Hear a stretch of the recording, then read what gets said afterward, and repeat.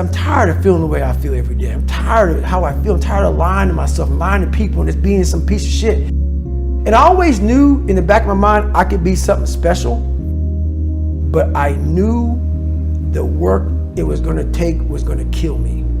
I was afraid of that. I was afraid of the brutality and the suffering I was going to have to endure. But I knew I could do something. But I'm like, I ain't trying to do that kind of work, man. Not trying to do that. So I chose the path of least resistance. Why is self-sabotage such a feature? Okay, here's a couple of reasons. The first is that there's a lot of responsibility with success, right?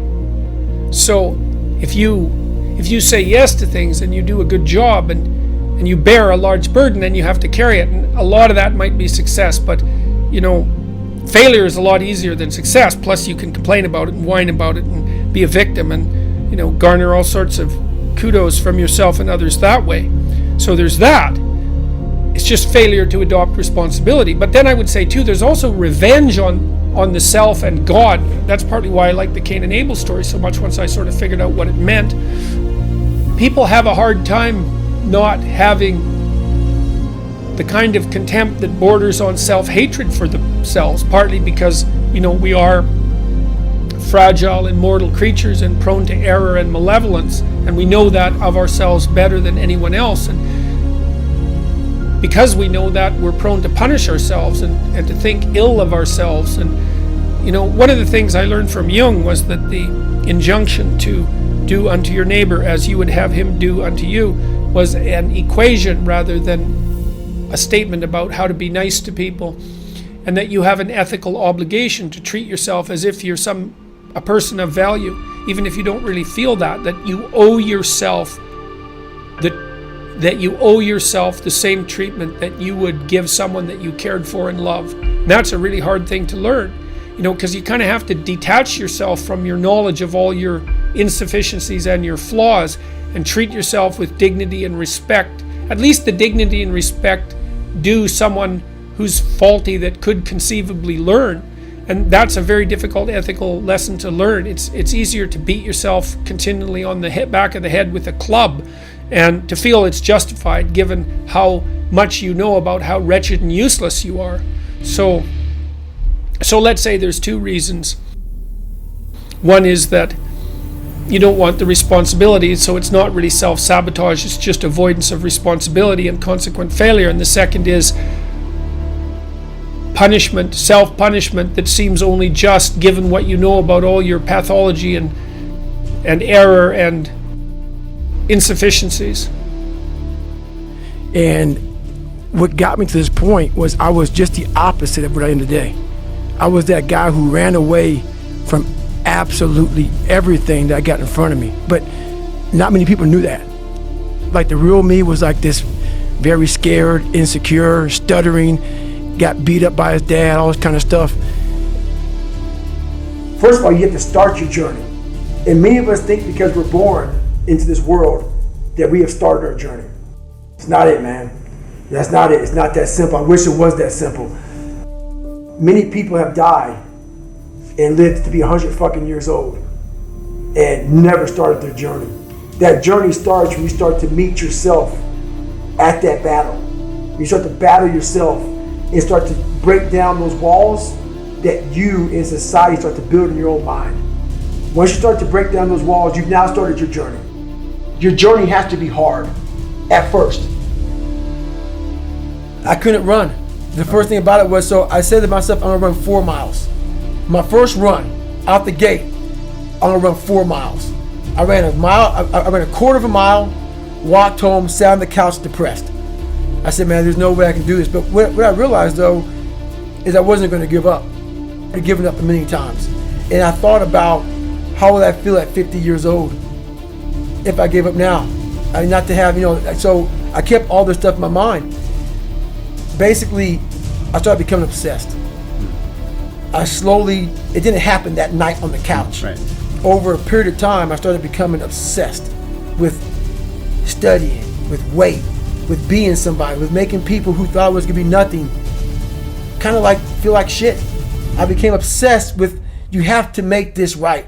Yeah. And the only person that's going to do it is yourself. So I became obsessed with just being obsessed. The reason why we go back to old habits is because our goals are too lofty.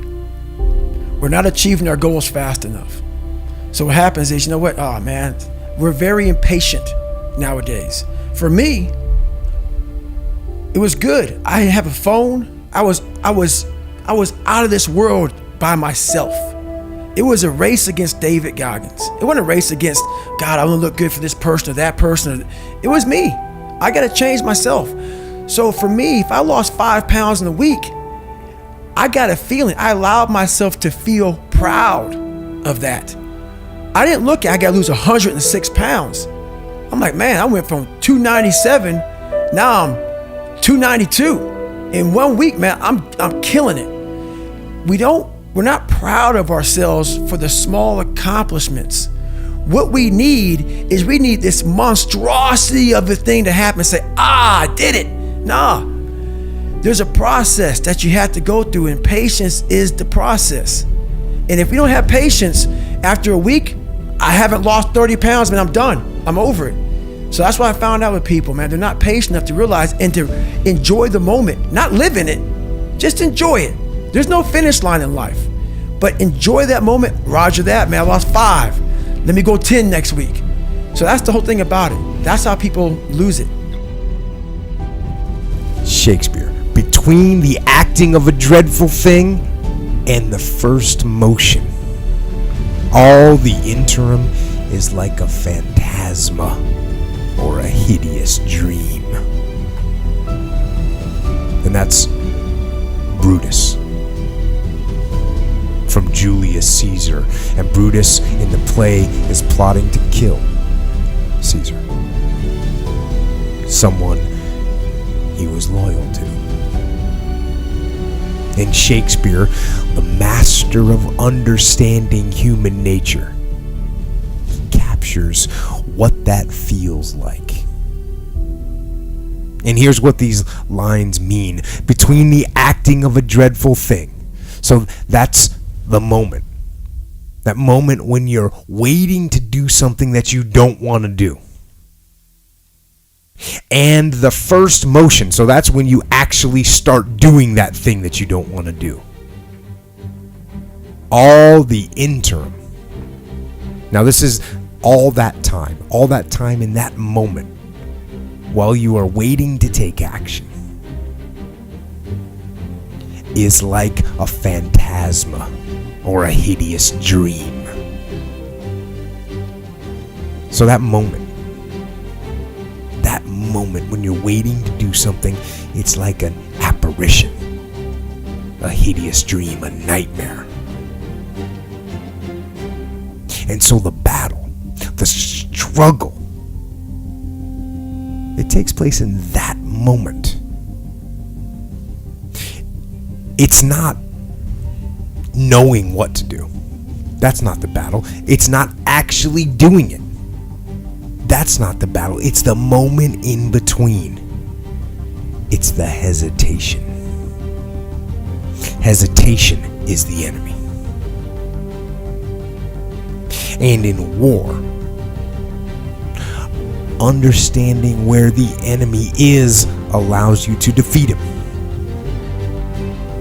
And this is where the enemy of action, the enemy of commitment, the enemy of change, that's where the enemy lies. It lies in the waiting.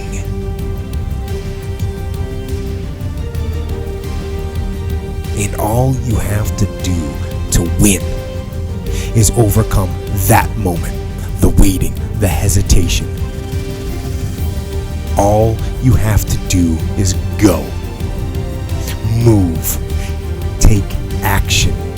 Get out of bed. Get your feet on the ground. Step into the gym. Put down the donut. Pick up the kettlebell. Do not hesitate. Do not wait. Go forward. Go to war and win.